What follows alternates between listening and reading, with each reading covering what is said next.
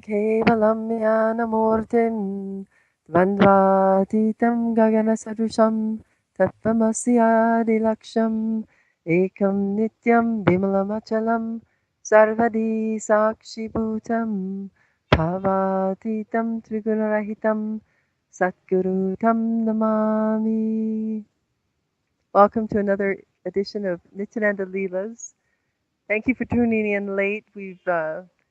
Thanks to the miracle of the internet, we're allowed to broadcast, but we also have to wait for the internet to work in order to broadcast. So here we are, a little late. Um, Today I wanted to talk about one of the Leelas that's been my soul journey, and that's the journey to taking the Sannyas initiation.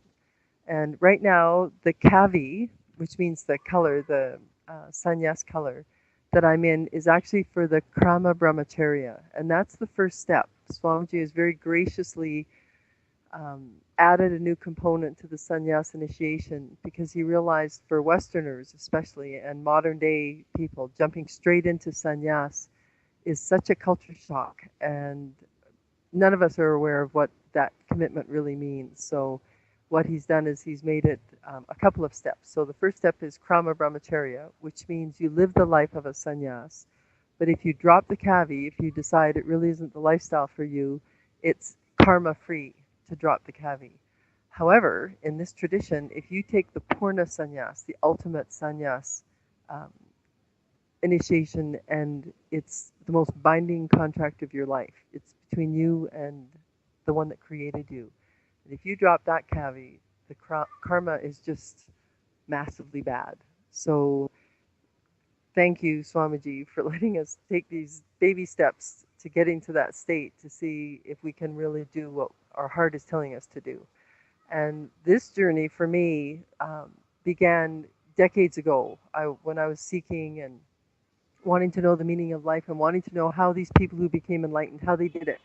And I realized you take this sannyas initiation, you have to make your commitment to source, and it has to be the commitment, and everything else falls away. Your family, jobs, the outside world. And it's not that you hate them or you're completely cutting them off. It's just that if they're going to relate to you, they have to relate to you as this new being, that you're no longer a family member who can be manipulated and used and, I need you to run over and fix my pipe. Your commitment is to the guru, and because of that, the guru connects you to source. So you can still help family, but they're just part of the world that you're now helping. So when I first went to Bidadi in 2010 to take Swamiji's Living Enlightenment process, it was a 7-week free course that he gave to all of us who had stood by him during his trials and tribulations with the corrupt media. And at the end of it, he had his big initiation for all of his brahmacharyas and sannyasis. And I was just overwhelmed by the immensity of the ritual and the grandeur of it and the heart of everyone in the room. And for those who've been around those kinds of initiations, it's a long process. You have to apply, you have to basically testify that you are free of family obligations, money obligations. You can't run away from your life and hide in an ashram. Swamiji will not allow you to just run away from your debt or a marriage or anything. You have to complete. Your whole life has to be complete. And so I was watching these amazing souls taking these initiations with Swamiji, and in my mind, I heard this little voice go, maybe he'll call my name. And then a bigger voice went, of course he's not going to call your name. You haven't done any of the processes. You're not even on the list. And all of a sudden at the end of it, he looked out into the crowd where I was sitting and he said, is there anybody else out there who would like initiation? And the next thing I knew, I was on stage. He'd accepted me and initiated me as a Krama Brahmacheria, even though he knew I had to leave again. My son was traveling, but he still was returning home, and I had debt.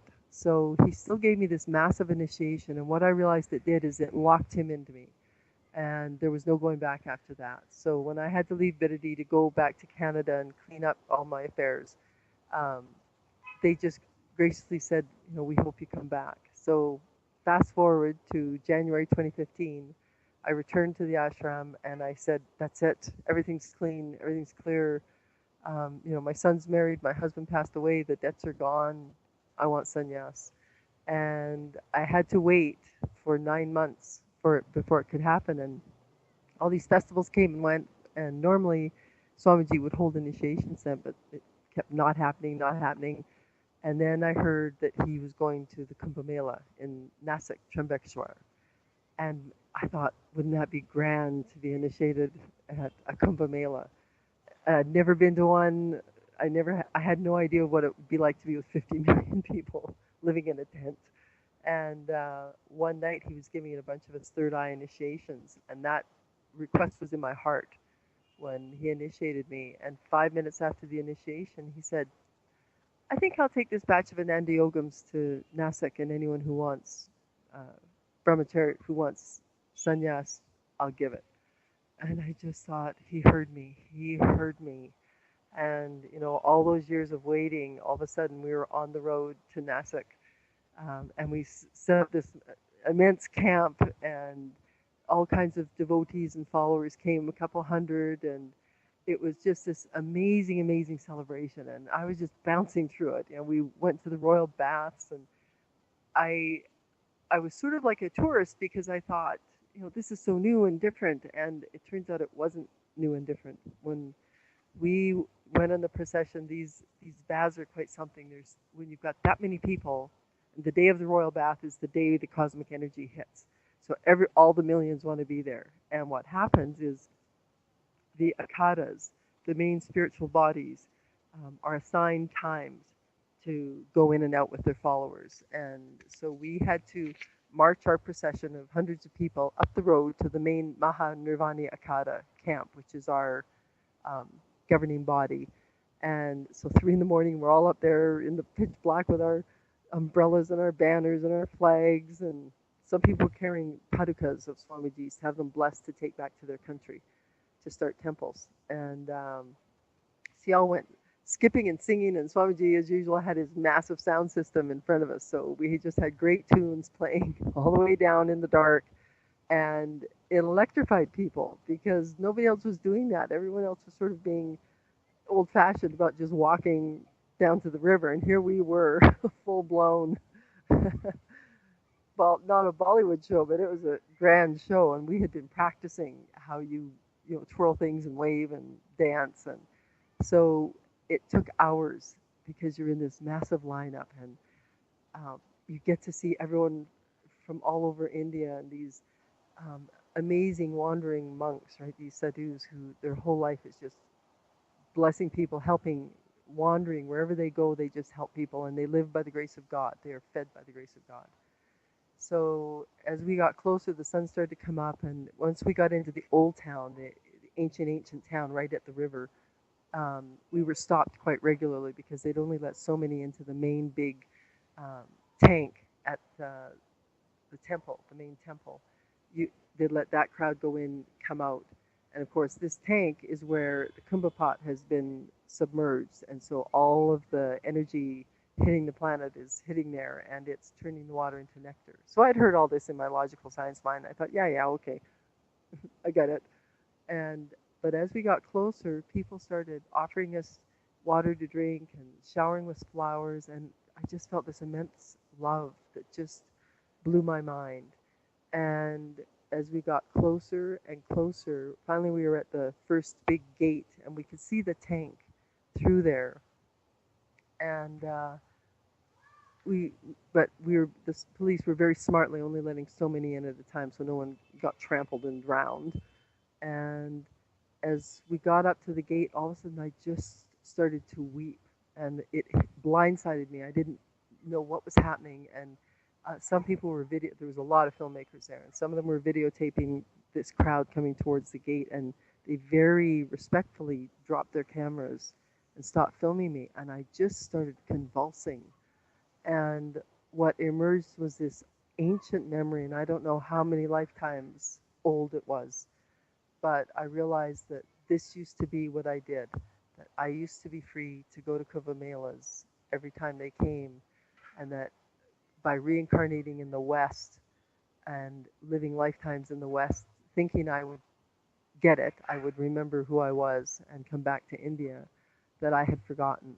And lifetime after lifetime, I had just died remorseful that I had lived another life without getting back to my roots. And finally, here I was at the gate. And the gratitude and the relief that something I'd been trying to do for lifetimes was finally happening.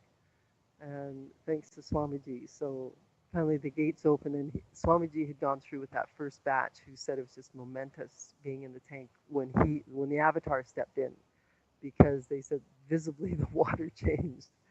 So I went in right after, and I didn't know what to do. And there's police, very gentle but stern, lining this whole. It's a huge square courtyard. It's beautiful, old, and there were these steps down into this water, and this is the source of the Godavari River. So it comes up there and then it flows downstream. So I thought, what the heck? And so I just belly flopped into the water, and of course I was quite tired and exhausted, because I guess it was about 9 in the morning by then, and we'd been walking since 3. And when I hit that water, I've never felt anything like it. I was just embraced by this nectar. It truly was cosmic nectar. And I came up because I'd heard that you get in and out fast because of the crowds, and the police signaled to me, and they said, no, do it 2 more times, because the tradition is 3 times, but I'd been warned, no, get in and out fast. But this female policeman just grinned at me, and she was like, go in again. So I went under 2 more times, and the energy, I just erupted out of the water, and the smile on my face, it just made everyone watching me start laughing, because this tall, gawky Westerner just got it. All of a sudden I got it, and I staggered out of the water in my soaking wet sari, because of course nobody's taking their clothes off and going in. You can't do that. So I'm hauling meters of wet fabric with me, staggered out of the tank, and she just started to laugh at me, and she pointed me, how to get out. So I had to go all the way around the tank, and all of these police officers were just laughing at the stupid grin on my face and the exhilaration that I had experienced at Kumbh Mela. And that's part 1 of the Sannyas journey. We're out of town. I am out of town. I'm not in Bidadi. I'm in Uttarahali.